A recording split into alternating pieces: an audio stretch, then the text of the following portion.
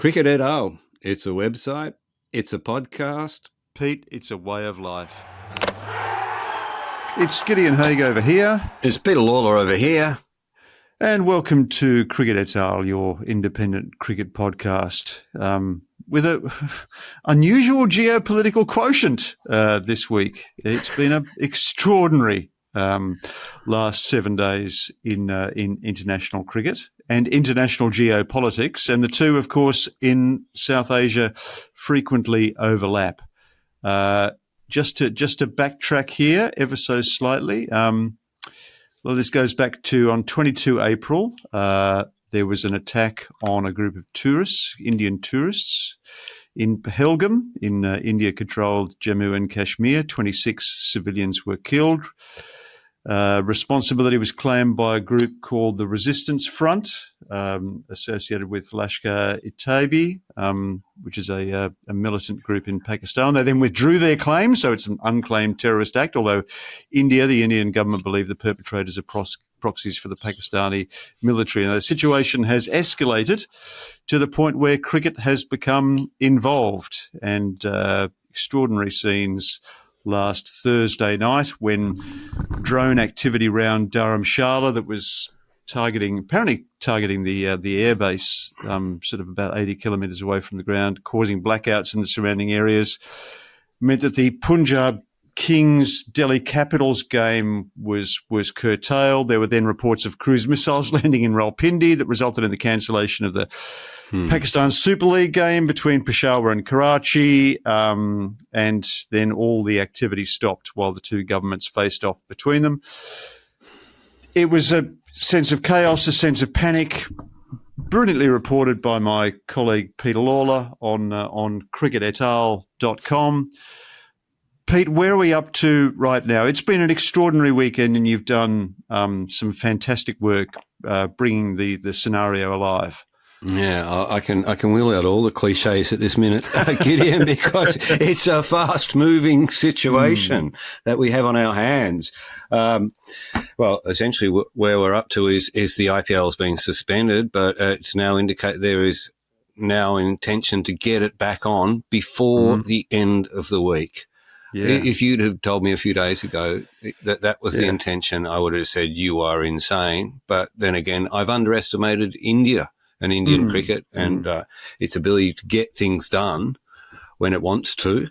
The simplest task can seem to be the most complicated and take forever around Indian cricket. But then these big ones, they just do like that. You know, they've up to move the entire tournament in the past, haven't they? To South Africa on very short notice. Yeah, 2009, The problem here is that a lot of players have returned home, and a lot of people involved in that situation, particularly in that game up there, felt let down by their franchises and by Indian cricket. And generally there's a level of anxiety, an understandable level of anxiety about returning to a situation in which this could happen again. There's a ceasefire at the moment, and fortunately it seems to be holding, and it would be great if the IPL and the PSL could get going and everybody could just go back to where they were. But it's not going to be that simple, and it's been a bit of a sobering experience for some of the players and support staff and people in the commentary. Just, I suppose, real life's intruded on cricket again. You don't expect to be dealing with these sorts of matters when you're playing a game of cricket. You certainly don't expect to be evacuating a stadium and in fear that maybe you're going to be struck by enemy fire, whether that was right or wrong. And you particularly don't like being placed in that situation in the first place. And the hubris of the IPL in conducting that match in those circumstances needs to be questioned, and has done it some damage. Had they not done that, I think it would have been a lot easier to have a resumption straight away. But they've lost. There's been I feel that players, and on both sides too, and in the PSL as well, feel like there has been a breach of trust, that they were placed in danger, that the continuation of the tournament and the finances around that were more important than their safety. It's curious, isn't it? I mean, Yeah. as I understand it, and you're better placed to comment on this than I am, the franchise has actually facilitated the departure of most of those overseas players who wanted to leave, overseas players and coaches. Mm. Most of them left on Saturday. Some haven't even got to their final destination yet. And yet now it seems the franchises are recalling those. So in hindsight, was it premature of them to leave? Or does simply the right hand not know what the left hand is doing? Wow. It was chaos, and I guess the players just wanted to leave and got out. And some players actually didn't wait for the franchises to arrange anything. Right. They arranged their own flights. They were going home. Yep. But you ended up, the cliche, the fast-moving situation. You end up with those players up in Dharamshala being put on a bus at 10 in the morning, then put on a train and going to Delhi, going to the airport. And I understand that, I haven't had it confirmed, that while they were on the plane, news came through that there had been a ceasefire negotiated. Things had moved that quickly. And that led to Ponting and some of the players who'd been up there getting off the plane saying, okay, we're staying. I mean, there would have been some pressure on the coaches to set an example in that situation. I know that Hussey and Langer had already, as far as the Australians, had already returned home, but they've been called back. I don't know whether they're both going back yet. I know that a number of the players won't go back. Just to flag later in the I don't know how they could have foreseen the situation settling down so quickly. If you're involved in that situation on Thursday night and the chaos around it, it's pretty hard to take a deep breath and look above the smoke and go, oh, well, we'll be right again on Tuesday. Let's keep going. Just to flag later in the podcast, we will be joined by two people who've actually been there, who were present amid the chaos. Our two friends, Higo and Pez from the Grade Cricketer, will be stopping by to give us a vivid first-hand account of what things were like on the ground at the time and their own impressions of the implications for Pakistan and India. What are the implications actually for Pakistan and India as destinations for cricket, do you think, Pete? I mean, I guess the IPL will continue to be a magnet given the coercive powers that the BCCI have arrogated to themselves. The PSL, I'm less sure. The money and the prestige isn't as good, because there are players who are confused about the situation in Pakistan as well as in India. Yeah. Well, I think you've answered your own question to a degree. Yeah. We have a tendency to run to the imagine the worst possible outcomes in this situation, and there's a suggestion that the BCCI stepped in and stopped the PSL continuing in the UAE because the PSL had been lighter on its feet in the initial stages after this than the IPL and BCCI had been. That seems like a malignant act. That seems like an aggressive act from the cricket administration in this country, where they tended to have been a little more benign, I guess you'd say, in the past. Like just let Pakistan do what they want. If the ceasefire holds, there should be no implications for international teams, and players returning to Pakistan or India, should there? Is that what you're asking? But does it, I suppose, what are the consequences if you now partake in the PSL? Will there be ongoing consequences in terms of your relationship with the IPL? I mean, we'd asked that question before. We did, yeah. Thursday night's events, hadn't we? And I don't think that's... I think it's a great point you make about the money. Yeah. Yes, yeah. There's so much money involved in the Indian There's so side. much still to play out here. It is interesting that it's been, India and Pakistan, of course, have been sort of incapable of playing any bilateral cricket they haven't played a test series since 2006, have they? And but it is interesting that it should be Kashmir that as an issue that should cause particular upset and instability. I mean, I think two of the three wars... That's the only issue that exists between the two countries in reality. At the moment, it's the ongoing issue. Yeah.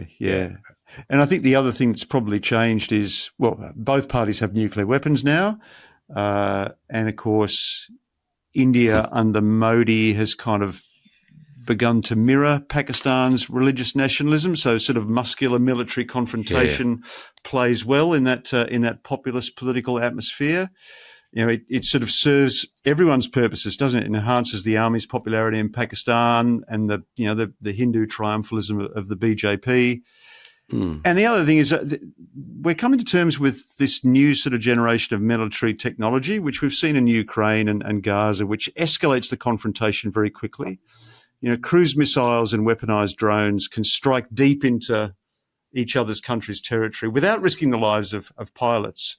So, you know, that's, I think, what originally caused the disturbance in Dharamshala was drone activity. Which is very hard to limit, very hard to curtail, and very unpredictable. And you know, it's not something that we've had to worry about before.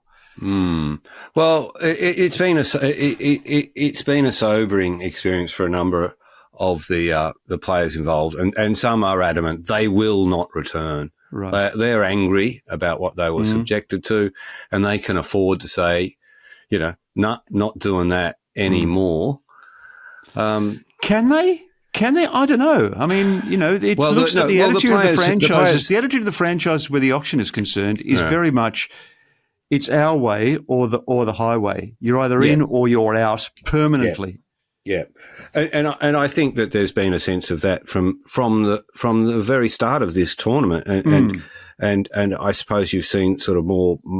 A muscular imposition of that power in the new rules around the auction and entering the auction and not being available and pulling out and all those sorts of things. I suppose I'm referring to some places can say, well, look, it's just not worth the hassle. It's not, you know, pay me millions, but I just don't want to do that. But if you're Pat Cummins, do you go back? Position. Yeah. If you're Pat Cummins, do you go back? Your team's out of contention. No. You should probably be preparing to bowl in the WTC final. You've got 3 games, 3 dead rubbers to go. I think Pat is back in Australia. What sort of choices face him? Yeah, well, it's a sensible option for Pat not to go back, isn't it? So it would send a very strong signal if he did. You know, and both sides are interested in sending strong signals by getting their competition back on and saying, you know, look at how strong we are. Look at how focused we are. We're just getting back on with, dust ourselves down and get on with the cricket. And of course, it again highlights the importance of the IPL in Indian life and political life as well as just social life. And the opposite side of the same coin is that it gives some players the opportunity to further endear themselves to their owners and to the Indian public by staying behind. I think I was reading this morning that only 2 Titans players, Josh Buttler and Gerald Coetzee, have left the country, but the rest of them have stayed. Franchise is trying to bring Coetzee and Buttler back, but guys like Rashid Khan, Glenn Phillips, Shirfan Rutherford, they're still there. And, of course, Ricky Ponting is still there. And being Ricky lauded Ponting, as a hero for Voracious remaining. on the bridge.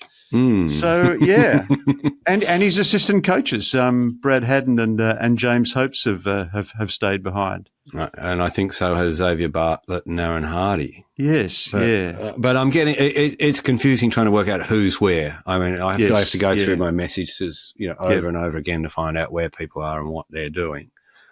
People were flying all over the place. So in a lot of conversations with the people in a lot of airports on Friday. People without tickets, people thinking they were going there and then ended up going there. And it was a pretty long trip home. And look, and a shock. It's a sort of it's a disappointing situation to say the least, isn't it? We really do not want cricket doesn't need India and Pakistan to be fighting like this. It has really significant implications for cricket. Yeah. Yes, it does. We'll discuss some of those implications with Higo and Pez after the jump. Yeah. It's such a big story, Gids. That it's a huge story. It's such a huge story. Such a huge story. That we've had Rohit Sharma giving Test cricket away before Test cricket gave him away. Yeah, and we've also had Virat Kohli now reported to be wanting to retire over the objections of the BCCI. So it looks like we saw Virat's last Test match in Sydney without even knowing it.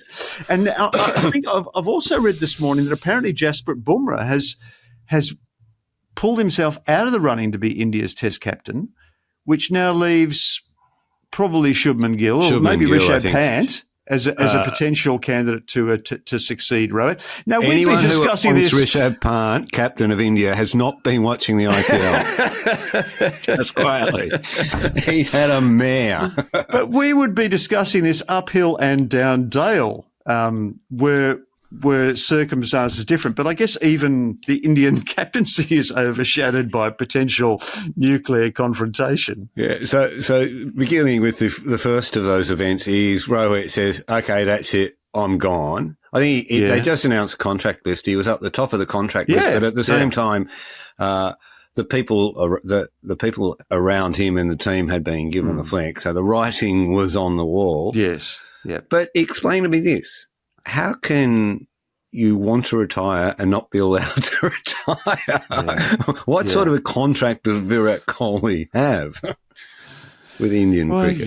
Yeah. Well, I guess the assumption is that he has a kind of a moral contract that his importance to the side, the guarantor of his experience for a team that's just about to go to England is something that the BCCI don't want to undertake without him. And I guess he also punches a huge hole in the cricket economy. It's a little bit like the cricket economy after Tendulkar retired. Yeah, he was so sort of fundamental to the economic mechanism of Indian cricket that it was just as well that Kohli came along when he did to kind of replace him. There's no obvious replacement for either of those two players in the current Indian setup. There's no one remotely of the same stature. Only Bumrah comes close, and it seems like it's a huge ask for him to captain in 5 Test match series as well as bear the chief burden of the bowling. And they're coming to terms with the fact that he's not inexhaustible, and when he's not available,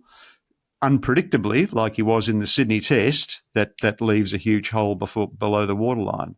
It's similar in some ways to the situation Ricky Ponting was in his final years after stepping down from the captaincy, where his experience was needed in the dressing room. But I think that's something that Ricky recognised, and that's something that I guess the BCCI are saying here. We need your experience in the dressing room in England. But what a burden to place on a guy like Virat. You have to feel for him. I mean, we saw how much he gave of himself when he was out here in Australia, and he had that initial success in Perth, but it wasn't very good after that, and his behaviour became more and more frantic.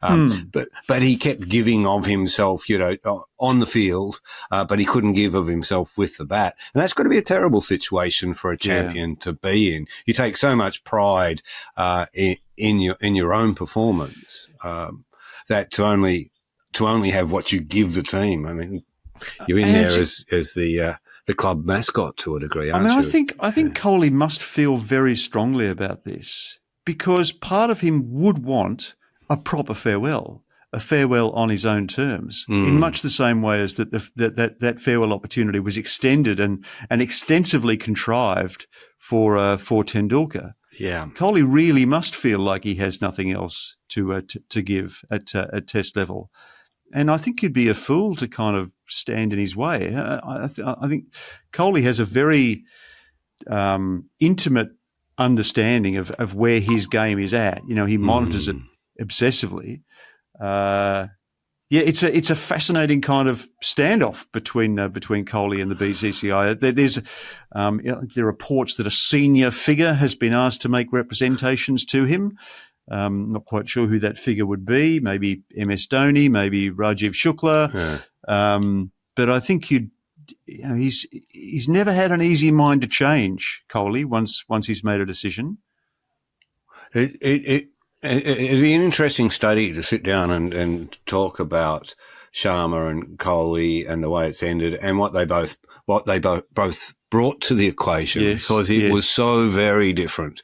Kohli created that new, Team India spirit thing, didn't he? Well, he didn't create it. At least he built on it, as most Indian cricketers do. Sharma felt like a little bit more of a John Howard type, relaxed and comfortable candidate. He steered them in another direction. But the fact that if one of the two has to go, they choose Sharma, who's the current captain, tells you a little bit more, I think, about the value of Kohli. I mean, there's no doubting it, is he? A Kohli is such an incredible commodity to have in a cricket team. Gives so much. I really enjoyed your piece on Rohit. He's been a great cricketer to watch over the journey, hasn't he? Yes. Very, very different energy to his predecessor. An amazingly level cricketer, wasn't he? Yeah. He had that sort of sang-froid about him. Although I think towards the end, as form closed in on him, he averaged 11, I think, over the last year in Test cricket. You could begin to see his game and his attitudes fray. I remember him when that catch went down in Melbourne, and he responded so assertively, so with such distress and irritation. That was not like the Sharma that I remember.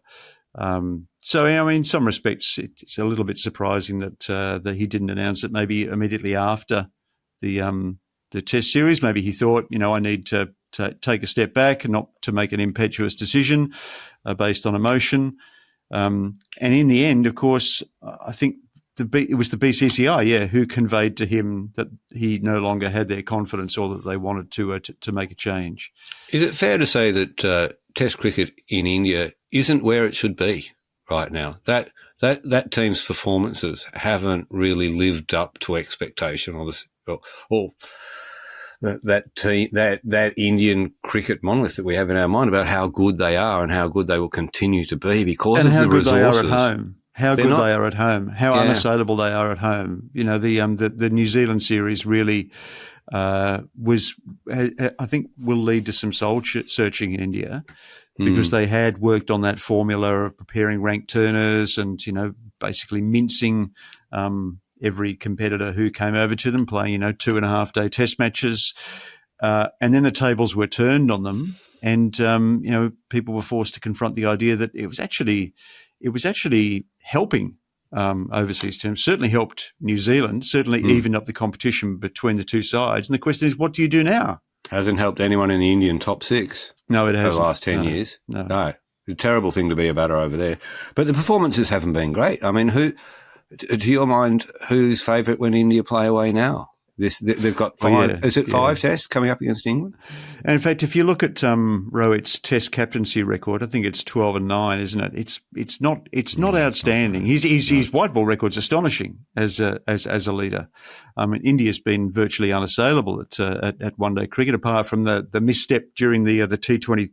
2023 World Cup, but they have been a dominant side in the white ball stakes, and of course to a great degree, Virat and Rohit playing Test cricket made Test cricket important, didn't it? The fact that they showed such respect to the format, that they showed that it was something that they wanted to continue going on playing, they wanted to continue to excel in it. Great point. What does it mean to the generation coming after them? I guess once Jadeja retires, he's kind of the last of that great group because we lost Ashwin in Australia last summer. Bumrah perhaps to some degree the same. Shami looks as though he's fallen out of calculations. He probably won't make the England tour now because he's looked like cannon fodder in the IPL so far. So.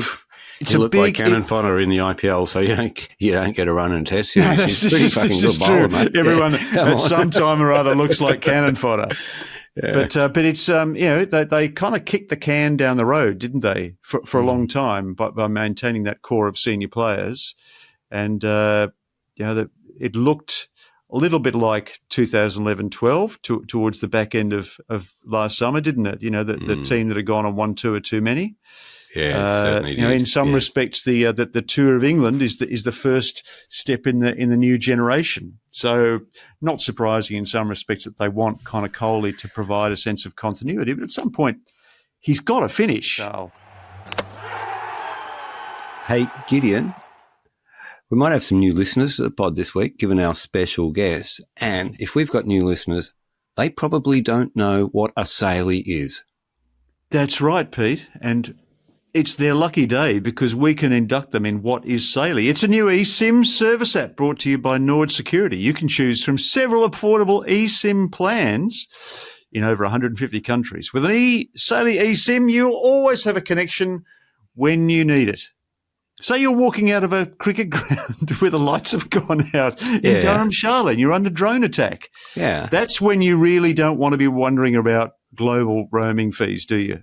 No, that's exactly it. So what the smart cricket fan does is they arrive in a country, they've already downloaded the Sailie app. It's on their phone before the lights go off, before you even get in a cab and get ripped off on your way to a hotel. So you're not queuing up for SIMs in an airport, and that is very problematic. You're avoiding those scams. You're minimising your roaming fees, Gideon.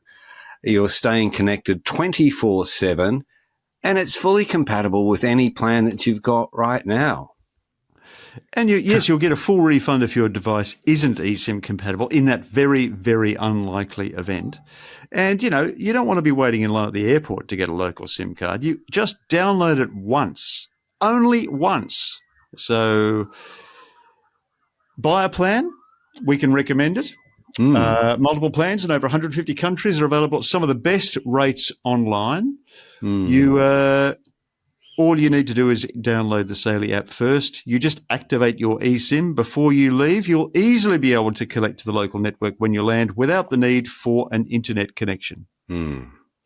So wherever you are in the world, Sailie has your back. Has your back. If only you'd known that time you did that contract with the radio station and filed all those reports by phone, Gideon, that cost you twice what you got paid for doing them. It's one of your best efforts. Yeah.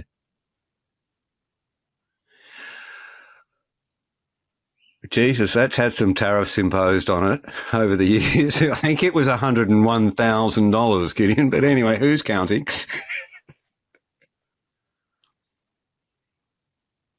Sailie.com/cricket et al. And use the code cricket et al.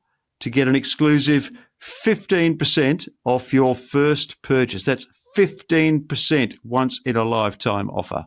Even if you're only here because you're a great cricketer fan. So all our worlds are colliding this morning on Cricket et al. It's your dream podcast mashup. We are joined by the great cricketer, or we have joined the great cricketer on Cricket et al. It's hard to tell the difference, really, but welcome to Cricket et al., Sam and Higo. Gids, Pete, how are we?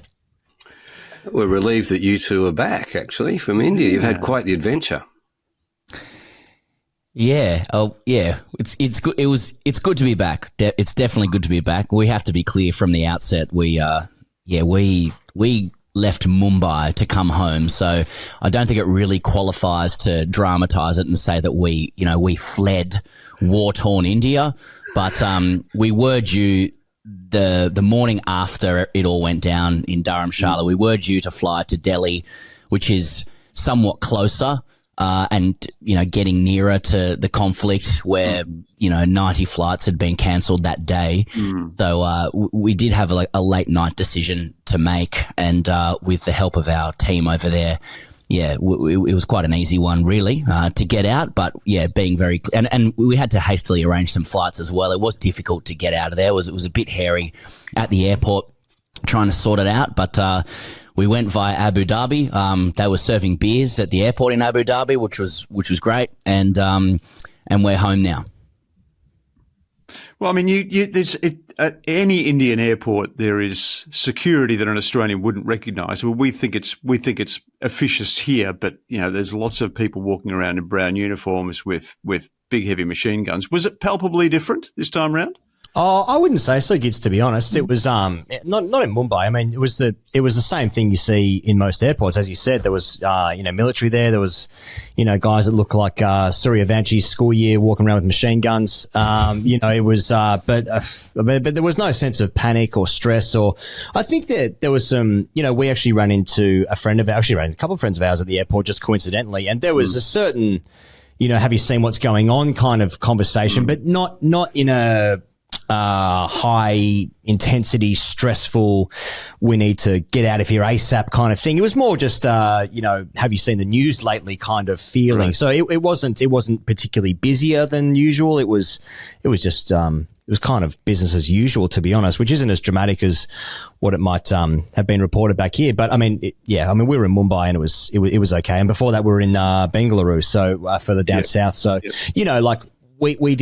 we didn't see any action or anything like that. It was more for us because we were supposed to fly to Delhi that morning, right? And so when it was like, do you want to be flying closer to the action? First of all, no, you don't. And secondly, for us to be doing comedy shows about the cricket, there was no appetite for that. It made no sense. Plus the feeling that it was escalating quite quickly, the situation broadly at the border. And so we did think that, okay, well, if we're not going to do our last couple of live shows in Delhi there, then what are we going there for? There may have been reasons for that, but we did also think that, look, if it does continue to escalate, it is going to get very hard to get home. And we were sort of at the back end of our tour anyway, right? So it was, it was a relatively easy decision once the decision was made by us, and we saw the lights go out at Dharamshala and the game was cancelled 15 minutes later. There was an air of like, this doesn't feel right. We spoke for a couple of hours and we made that call. And then once we did, it was like, okay, let's get out of here. It doesn't make sense for us to be here anymore. It was a little bit difficult to get home, but we did. So, but I mean, we were just talking before about what it must have been like for those cricketers there and the fans of the stadium. Their experience must be incredibly traumatic. And on top of that, they must feel like they can't actually talk about it just yet because of, their own, contractual situations. So that's difficult for them. But for us, I missed the breakfast at the hotel. So that was hard for me. Because we're all doing it tough. Excellent piece that you wrote for Ed L, Sam. And what interested me, and I'd be interested to hear from both of you, and I can get to the cricketers a bit later on, is you detected a sort of change in tone in the sort of in India around the cricket, given the emerging conflict when you were there. And I think you illustrated that with something that was said to you during one of the podcasts. Yeah, I'm really struck by the importance of not, particularly here in Australia, not generalising about how Indians feel. In Australia, like India is no one thing. There's hundreds of languages spoken. The difference in attitude and culture between North and South is enormous.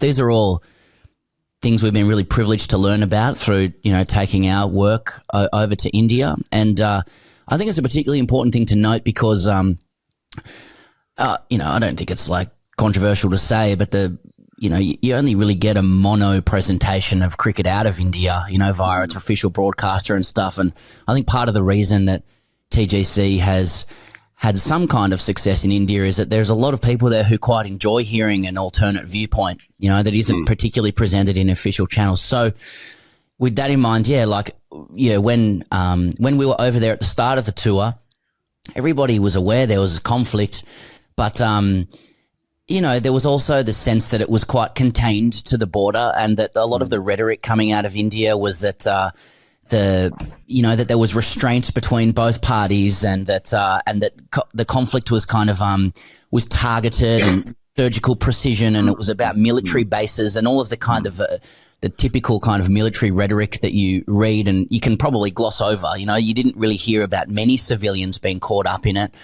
and to that end, everything seemed to be proceeding as normal. But I think once the conflict visited itself upon the cricket, so viscerally, with the 3 floodlights being turned off, 1 remaining, that there was a lot of confusion around what had happened. Was it a tech failure, or was it deliberately done because there were skirmishes? There was a difference between what the host broadcaster was saying and then what was being reported online by other serious media outlets. I think that was the moment that it really, became palpable in everybody's consciousness, and even we had a level of we had really natural apprehension. It was late at night in our hotel room. We had a decision to make about our flights the next morning, and we're a little bit conscious of not appearing to be, I think I said in the piece, like dramatic Westerners about it. Like India is a place where, we're sort of regularly encouraged to roll our sleeves up and work a bit harder, and quite often that's the right thing to encourage us to do and to not be soft about stuff. And so we didn't want to offend the people that we're working with and saying, hey, look, this seems a bit unsafe. So when we were on the phone it was our excellent team, tour production team called Dead Ant, I did sort of tentatively say this feels a bit unsafe. And they were like, oh, no, it is unsafe. We've offloaded ourselves from our flight to Delhi and we should cancel these shows. And so once they said that, we were like, oh, okay, right. The locals are saying this is on. And so that's when our mentality changed. And to try and speak with a bit more nuance about it, even when we were crafting our, the announcement that our shows were cancelled, and, we're not the biggest show in town by any stretch, but people do come. Our team in India did ask us politely to remove a passage about safety, and I suspect that it was out of a sense of pride that, please don't present this place as, vastly unsafe, because that really wasn't our experience over there, particularly away from the border. And so we, obliged that out of respect. It's a bit of a nuanced thing, I don't think the entire country as a whole is really unsafe, but when the lights went out at the cricket, it was like, oh shit, this war is, this is now being seen by hundreds of millions of people, the impacts of it. So we just try to take all that into account. Yeah, yeah. It's interesting that the lights go out is the lights go on moment, but it points to some hubris, doesn't it, from organisers that game went ahead. If you look at the facts that they would have been well aware of, Pakistan had already moved its game from across the border because I think the rockets had hit at that time, hadn't they? The teams arrived in Dharamshala and then learned that the airports were closed and that the game after theirs had been moved for security concerns. Broadcasters were told, even before the game began, that there was a very real possibility that this game would be abandoned or wouldn't go ahead. Real questions need to be asked about why they did that. And I reckon there's real consequences to Indian cricket over that decision. They've damaged the players' faith in the IPL. They've probably exposed them to a really frightening situation when they didn't need to be. And had they just taken a breath and had they moved that game, I don't think that the IPL would be in the situation it is now. But things have moved profoundly because of what happened in that match. I completely agree, Pete. I mean, I'm sure you guys have spoken to the same guys that we have, but what they must have felt when the lights went out, because everyone knew that there was discussions to be had around this game. So when the lights went out, there's not a single person on that field that would have thought this is a tech failure. I'm sure of it, And so you think about what that must have been like walking off the field, packing your kit up. You can imagine like how your hands would have been trembling just to get the hell out of there, And you think about why they played that game when Pakistan had, as you rightly said, had already, moved their game, cancelled their game. And, where do you land on that other than to say like, well, if the IPL goes ahead and the PSL's cancelled, they're winning the war. I mean, it's, what else can you go? How else can you land on that? But I mean, it's extraordinary that game went ahead, as you said, because they'd already moved a game, which is going to be 2 days later. I mean, it's why did they need to play that game? Is it because they needed to, score some points in the war? I mean, it's so unnecessarily traumatic for those players. And then you think about them being asked to come back. It's like, oh, why? Yeah. Against the background of the distrust players must feel in the administration who put them in harm's way in that situation. I mean, this game was called off after 10 overs. So, you know, what happened in those 10 overs that was not foreseeable or not thought of as a chance of happening? And then to now we're hearing, and look, this isn't confirmed, by the way, but I think that because we're hearing conflicting things about when it's meant to be back or when they want it to be back and stuff like that. But I mean, you can understand why players who have already been put in harm's way might be thinking twice about pressure to return within 72 hours to the same country where that already happened. Yeah, and it was a really disturbing experience. I was talking to one of my friends who's involved over there officially, and he said getting out of that stadium was terrifying. You were trying to control your panic. You were scared that there would be a stampede, and then there was this secondary fear in the dark that why have they turned off the lights? Are we, you know, is this stadium a target? And then they lay there all night up in the Himalayas, where you hear your thoughts bouncing off the walls, not knowing what's going to happen. And I think for everybody that was involved, it was that lack of control and that lack of information. It's understandable that you aren't getting any information, but, you know, there's a bus is going to pick you up at 8, fellas. No, a bus is coming at 10. We'll take you to the train station, fella. By the way, have you seen the video they made of the train trip? Much better train than the one you and I were on, Gideon, by the way. I love the way that the IPL and the Indian Rail has seized this crisis, the opportunity in this crisis, and made an ad for Indian Rail service. Fantastic. Well done, that. But you go to the reasons that game was put on. These are the very reasons now that the IPL is going to recommence with obscene haste, incredible haste. Only in India could this happen. Only in India could you change your mind so quickly and reconvene such a major event. But it tells us a bit, Gideon, maybe you reflect on this, it tells us a bit of perhaps the role that IPL is playing in Indian politics at the moment. Yeah. I mean, they're hard to divide, aren't they? And if you were, in some respects, if you were going to strike a blow at Indian sort of political and commercial prestige, probably an IPL game is what you'd target. You know, it was a very visible violation of India's sense of invincibility.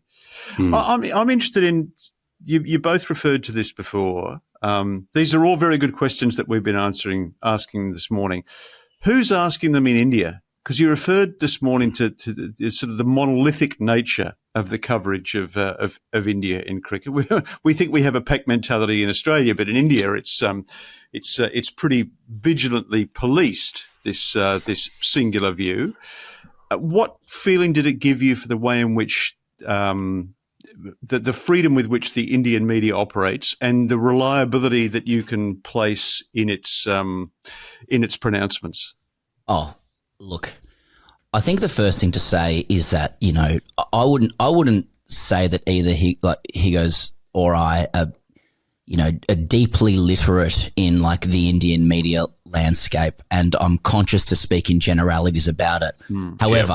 However, I do not know where these questions are being asked in Indian media, and I wouldn't expect to. I mean, we ourselves have had several little, and I hesitate to use the word skirmishes, but like we've had several scenarios over the 5 years that we've covered Indian cricket where, in one way or another, we have been advised to temper things that we say. As recently as a couple of days ago, in relation to our live shows. So I don't think it's controversial to say that there isn't a ton of press freedom there. But I do want to say that is so. You asked about the media itself and the monolithic views that come out. It is definitely not consistent with the experience we have talking to people in India. You know, there are a lot of friends we have, and I'm sure it's the same with you guys. There are a lot of people in India who would be horrified at the idea of the IPL recommencing in these circumstances, and that would completely understand the position of players not wanting to return. So I don't think the media is necessarily representative of the broader view of Indians. I think it's important to say that. You can't speak generally about anybody anywhere, but you're right. I don't know where in in Indian media you could turn to, where you could turn to have these questions asked, which isn't to say that it doesn't exist. I just don't know where it is. It might be a reflection of my own poor skills as a journalist, but I can't get anyone to go on the record, any Australian to go on the record on this topic who's involved in the IPL. Has anybody seen any Australian who has some sort of contract with the IPL actually speak on this subject? There's No, I was going to say, Pete, I mean, I think even for us, Pez and I have spoken about it this morning on our show, and we have said that there is a chance the things that we have said, we're talking in exactly the same manner as we are right now. There is a chance that we will be punished for the things that we've said from somebody. You know, there is a chance. Maybe it's because we have been inaccurate in some way or whatever. But, you know, I guess there is generally a feeling if you go against the status quo, then, you know, there will be some very powerful people that will reprimand you in some capacity. And so, you can't blame players not wanting to go on the record when there's so much up in the air. We don't know when the competition is going to start. We don't know if they're going to be made to come back. Some of these guys are on 7 figures, right, for this one tournament, right? So, you know, they'd be wise, I suppose, to bite their tongues for a little bit until there is more certainty around this. So, but between the 4 of us on this call, we're all having conversations where the players are a combination of angry, scared, frightened, and apprehensive. So, but to actually speak about that publicly could be detrimental to the next 4 or 5 years of their life, you know, in terms of what the IPL can bring these guys. That's precarious. And there's no coincidence why we've had, a number of, media outlets contact us for comments because we have just been there recently, of course. And, you know, we're not being paid $1.5 million. So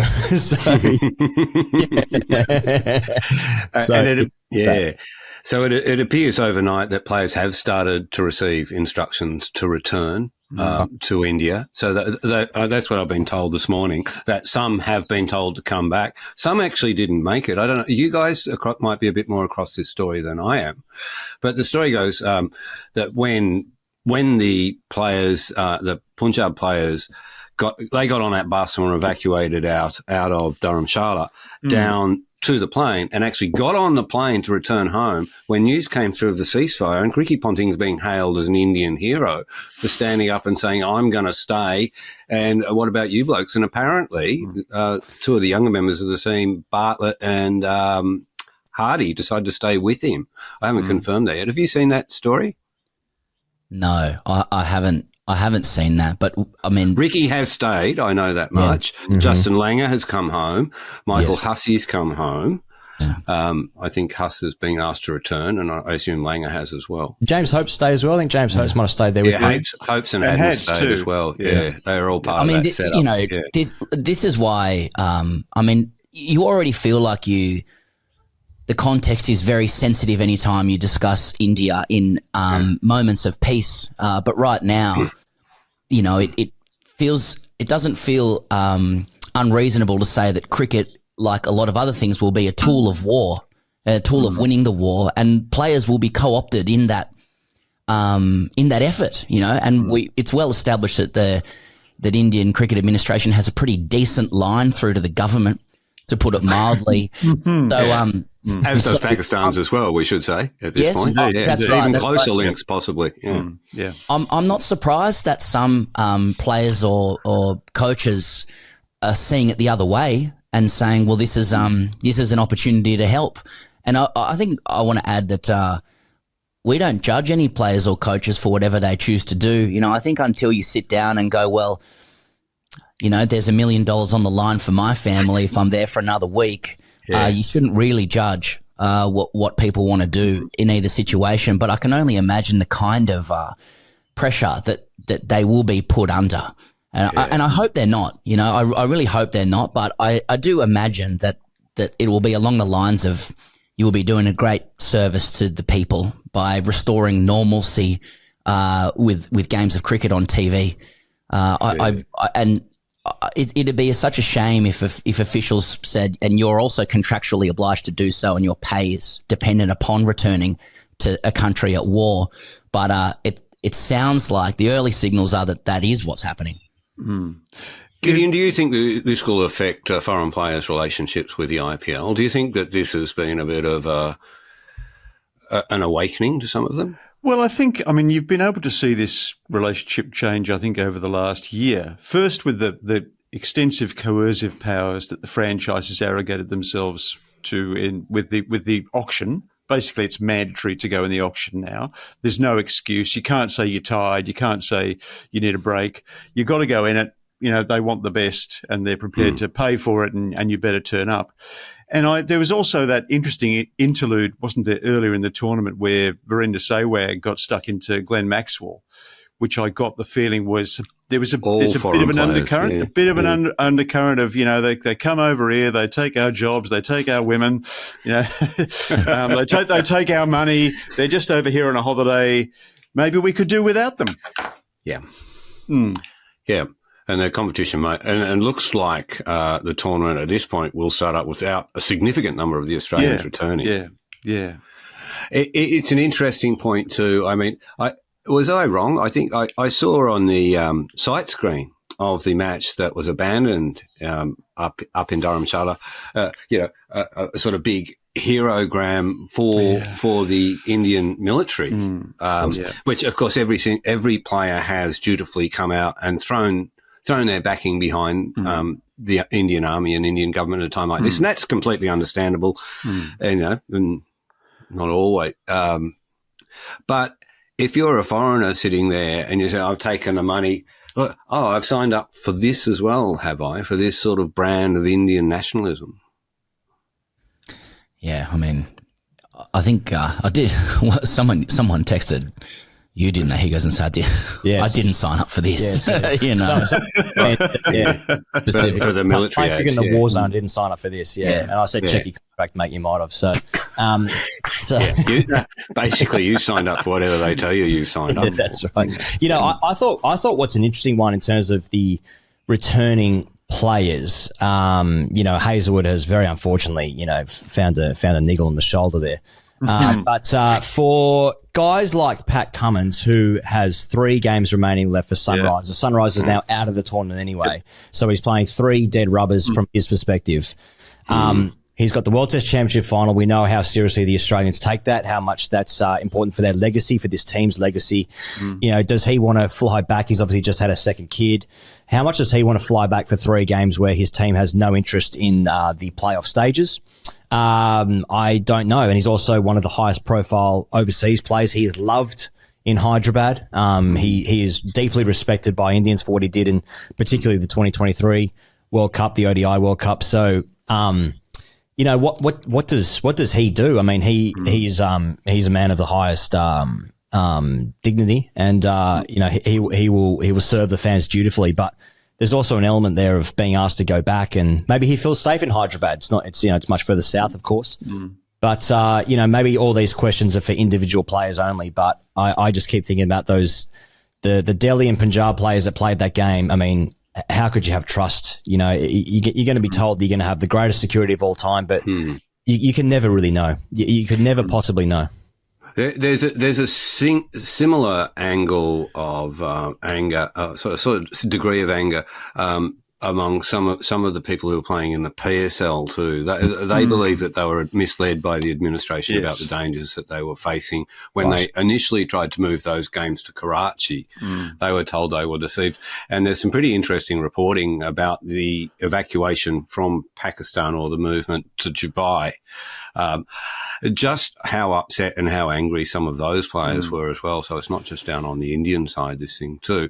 And I've heard overnight too that the PSL, somebody said that did they actually cancel? But they might be having second thoughts about that, and they're looking to actually resume in 7 days. Really? So, it's incumbent on them, isn't it? If the IPL starts, it's pretty important for the Pakistan government that the PSL starts again, restarts. So I know this was yesterday that the PCB suspended the PSL indefinitely, and the PCB board issued a statement saying they have sincere regard for the mental well-being of participating players and sentiments of our foreign players, and we respect the concerns of their families who want to see them back home. I mean, the PSL and the PCB have made enormous efforts to make overseas players feel welcome in Pakistan. 10 or 15 years ago, Shane Watson was basically the only one who went, and he was basically used as an ambassador by the PCB, right, wasn't he? To encourage players to go over there. It's great. The quality of the cricket is high, money's good. It's all a lot of fun. I reckon they've taken huge strides backwards in the last week, and as you say, Pete, there has been quite a bit of reporting about players' sense of being deceived about their actual degree of safety. And of course, the other thing is the money's not as good. It's a different bargain that you strike playing in Pakistan to playing in the IPL. And I'm afraid to say that in the risk reward equation, when the rewards are less, the risk is magnified. It was. It's an interesting moment in cricket where India goes to the Emirates Cricket Board and tells them that they're not allowed to host the PSL. But that's a pretty chilling moment. Do we know that for sure? I don't know. I mean, I think that's been reported. Of course, it hasn't been confirmed. I think didn't the Emirates Cricket Board release some sort of statement saying it would be inappropriate to host at this time? We believe in inclusivity, and it would be inappropriate to host Pakistan because that inclusivity might not include India. Yeah. I think you'd struggle to prove it, but the report on CricBuzz was pretty. Yeah, that's a pretty reliable source. They don't tend to jump at shadows that mob. I mean, I think there are also quite a few players playing in the PSL who looked upon it as kind of the IPL seconds. Great opportunity to play some cricket, be oven ready in case someone falls over in the IPL. Of course, Glenn Maxwell came home, so Mitchell Owen got picked up by Punjab. Maybe that doesn't look like quite such a smart idea right now.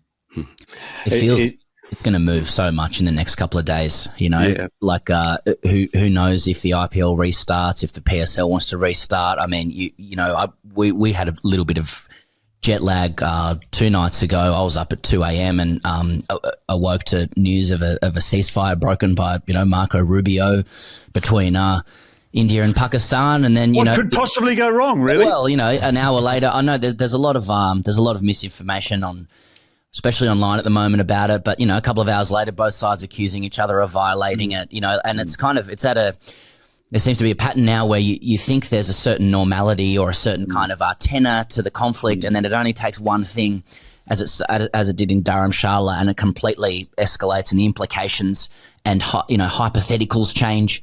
And so it's we're airing this, or we're talking now at 10 to midday on Monday, and the IPL's meant to start in 72 hours. We don't know if players are going back, or we don't. I mean, there's just so much that's changing so quickly. It's very difficult to make assessments about what this is going to mean long term. But I do know that it does really bring into focus the attitudes of administrators towards players and fans, and the extent to which that people are going to be used in a proxy manner to advance national interests. And we'll have constant decisions to make. I'm sure a lot of the shows we've done today, and it isn't to put us in the centre of it, but in any way, we're a small show, but we know we're going to get pushback for daring to speak about it. But for us, it's like, well, what's the alternative? Is the alternative that we kind of zip our lips self-importantly and go, well, contracts are on the line here. I mean, things should be said. These are reasonable points being made. I think for us as well, just being over there for the first time during the IPL, it was our third time in India, but first time for the IPL. The chance to see what the tournament means to people watching it, right? It is extraordinary. And like, you can imagine, what it's like to have a 3-ish month tournament where there's a game on every night, world-class games every night. Yeah. And it's on at the exact time that you want to watch your sport, and it's in different cities. You get to go to some of the games if you like, it is just amazing. And then as a fan, you probably feel like these things are happening upon you, like they're being forced upon you, like, through no fault of your own. And that's been taken away from me again, and there's probably less of a feeling that the BCCI and the government are so intertwined, the military and the cricket are so intertwined in this moment. So you just I just want to watch KKR Sunrisers or whatever, just let me watch my game on a Tuesday night. So but then the administrators are like, we don't care about you because we're gonna put a game on and put you at risk. You know, like it's so blindly arrogant. It feels like that's so unfair for the players and the fans to go to these stadiums when like these things can happen to them. You know, so I feel for the players and for the fans, especially the fans that were there at Dharamshala the other night. I mean, you guys saw the Russian cheerleader who her voice was trembling. You know, saying like bombs are coming. You know, I mean that is. You can't even fathom what that would be like going to the Adelaide Oval, you know, and watching the Strikers play, whatever, and having that forced upon you as a fan. There is so much sadness. And then we reference the PSL as well, and it just feels like once again the losers out of all this is Pakistan cricket. Something like, you know. Yep. So there's like when I think because we've been doing shows for the IPL, right, and we have, you know, there's still games to be played, and we'll keep doing our reviews, you know, in the as authentically as we can, you know, for whatever happens. But it just feels like right now there's like this sadness that this is even happening to all of us, right? And the people that are living on the border on both sides. It's awful, and it's like, why do we need to start the cricket in 3 days? Why? Why do we need to do that? Well, I would argue that if you can start the cricket again in 3 days, and you could do it either side of the border, isn't that a great thing? Isn't that well, we've got this situation in hand. There is no danger anymore. Life returns to normal. We first saw that sort of social importance and reliance that Indian people have on the IPL during COVID. You know, there was that argument that, you know, for God's sake, let us have this one distraction. Well, at this point, it wouldn't necessarily be a distraction, wouldn't it? It would be, okay, back to normal service, back to where we were a month ago before the terrorist attack and before this conflict. It would be a good thing, and it would be, as I said at the top of the podcast, an incredible thing. This is when you stand back in awe of India and what it can do when it sets its mind to it. To actually reconvene this tournament, with or without the international players. A little bit reminiscent of the conversations we were having after the death of Philip Hughes. You know, how quickly can cricket resume? Is cricket what we need to palliate our distress, or should there should be a more dignified interlude before we strive for normality? And I think the answer to that is reasonable minds will differ on the subject. I think some cricketers did benefit from going straight back into competition back in 2014, but others never quite got over the sense that there was an unruly haste to resume. Yeah, and I'm particularly sensitive to the optic of two white guys in South Melbourne saying, "Listen, it's too soon," for cricket to recommence in India. And I think correctly, a lot of people in India and Pakistan would probably hope we'd cool our jets on, forthright perspectives on it. That said, 72 hours does feel pretty soon. Do we have any sense, you guys, of the ongoing ramifications of this Cold War? Because I'm gripped with a bit of anxiety about this, particularly if that story about Emirates Cricket being convinced not to host the PSL is true. Are we gonna see more of that sort of thing because of the situation we're in now? And it was signalled before that game by Gautam Gambhir, former Indian politician, current coach, who says we should never play them again when things are like this. We can't play them. Yeah.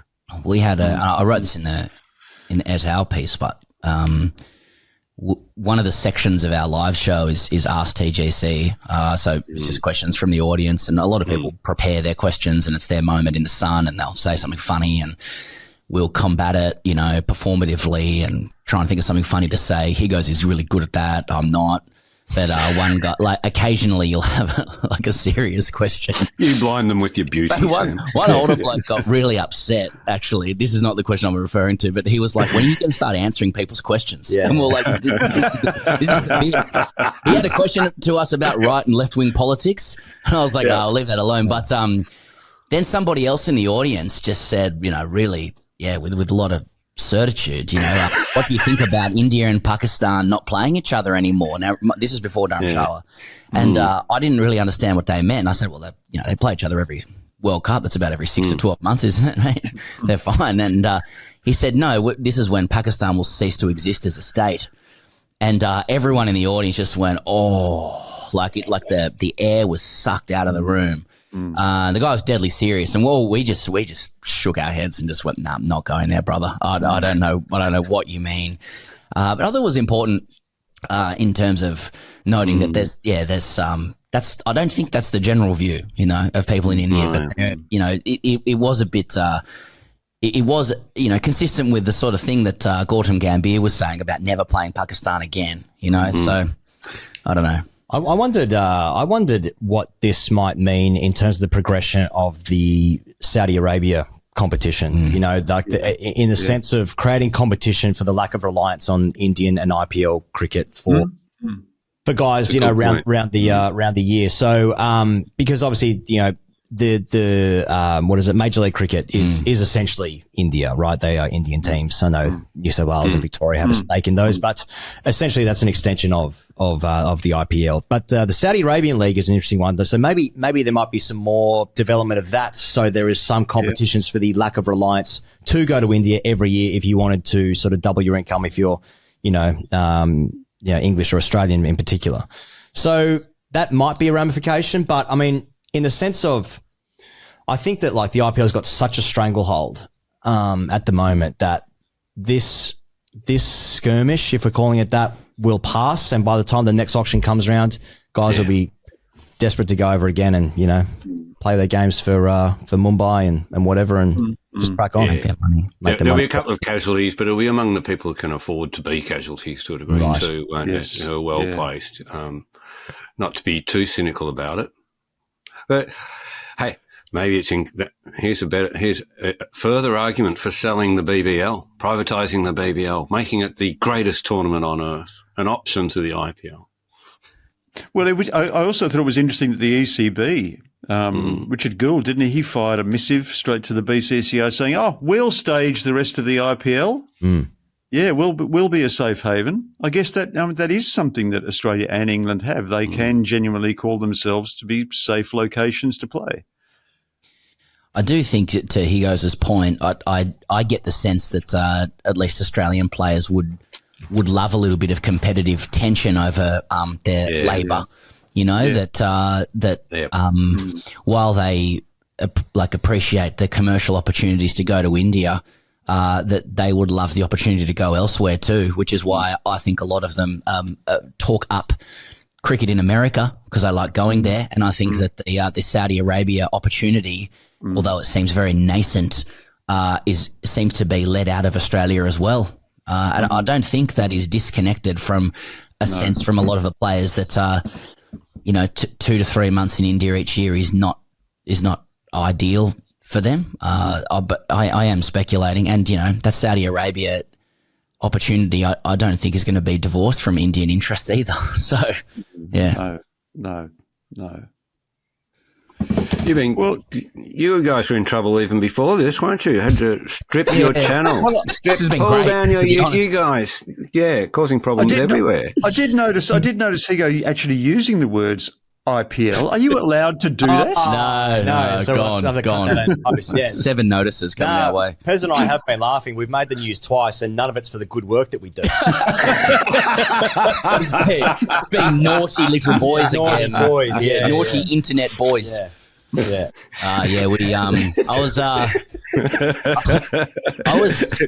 was on his honeymoon, and I was going to say presiding. I wasn't presiding, but my wife and I were running my They're very close. Sam goes on honeymoon with you guys.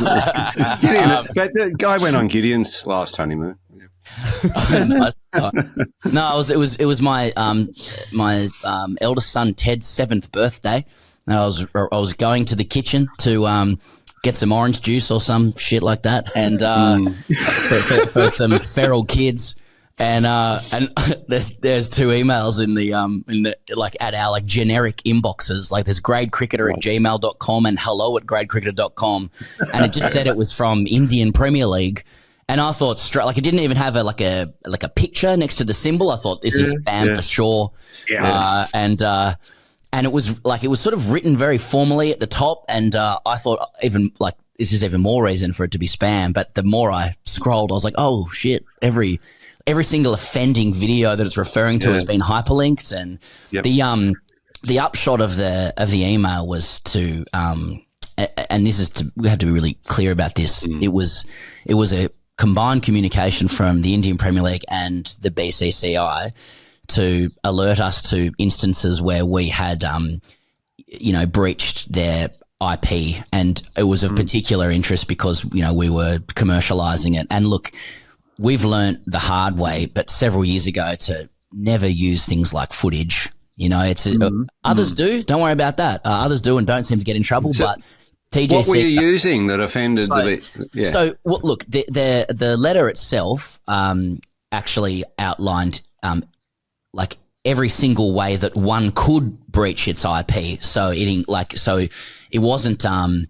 it didn't actually editorialize where we had, or the particular breach they were interested in. So there's lots of ways you can breach it. It listed every single way, but we learnt through informal conversations with DCI post that the particular interest of theirs was our use of still images. So, for those who know the internet, you're talking about I'm on a Mac here, pressing Command F4, then screenshotting thing on Twitter, which for 5 years had been, had not accrued a notice. And similarly, it was our use of the term IPL in the title of our show, which previously was the big IPL breakfast, which was just a play on some dumb SEN shit. But just for our own entertainment, the big sports brekkie breakfast, But so we learned informally that it was the use of imagery that was the issue, and so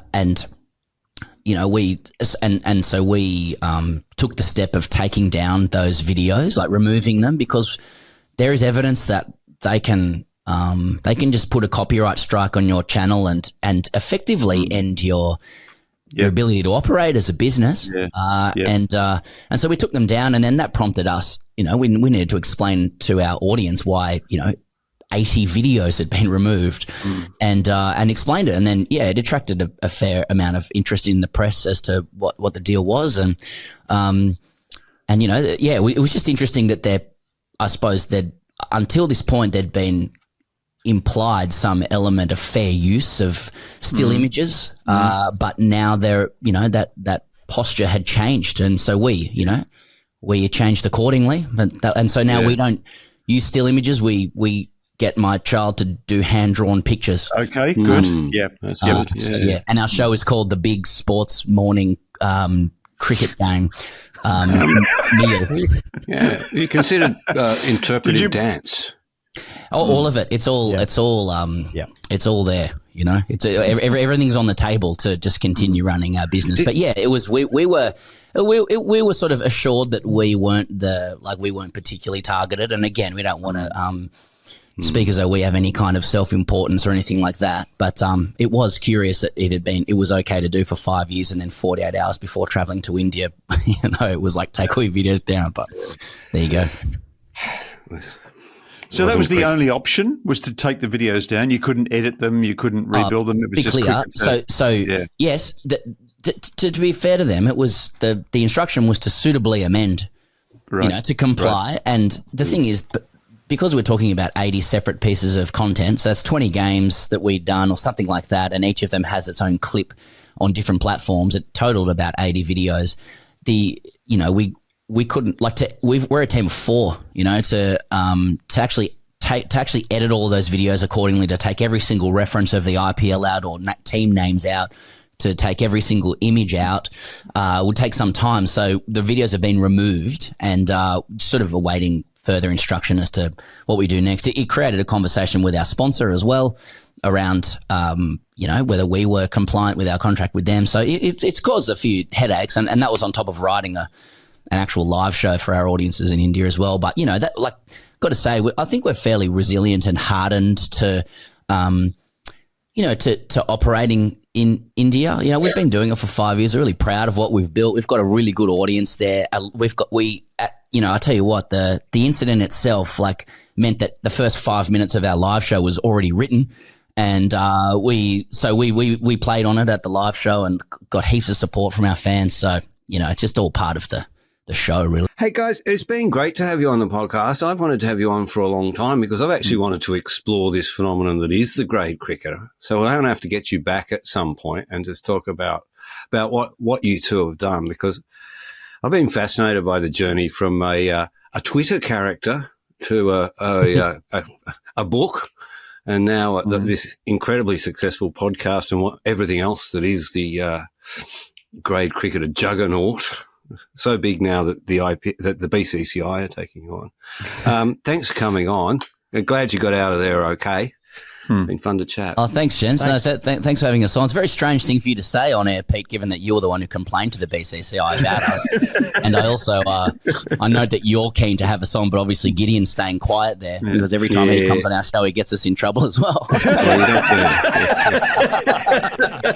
You don't fuck with terrorists, mate. Trying to bring us down in the content wars. Haven't we already been on this show? Have we already done this show? No, we don't get invited on anyone else's podcast, remember? They all come to ours. This is the first time we've been on someone else's. Yeah. We did your show, didn't we? On that comfortable couch. Yeah, we did, yeah. It's like a giant hall of mirrors, isn't it? Yeah. I think we deleted that one. It was great, wasn't it? It was kind of like supporting Led Zeppelin or U2 or something, just to see how the other half lived. The separate dressing rooms, the roadies, the groupies, the bags of, I don't know, what was that, baking powder? Or something? Yeah. And we always hold our live shows nice and early in the morning, so our audiences can leave to go and see you guys. Yeah, you learned that the hard way. Yeah, we did learn that the hard way when half the audience got up and walked out. Got on their motorised scooters and left. Yes. Right. Yeah. Thanks, guys. From all of us here, Cricketer Tale. It's goodbye from me. And it's good night from him.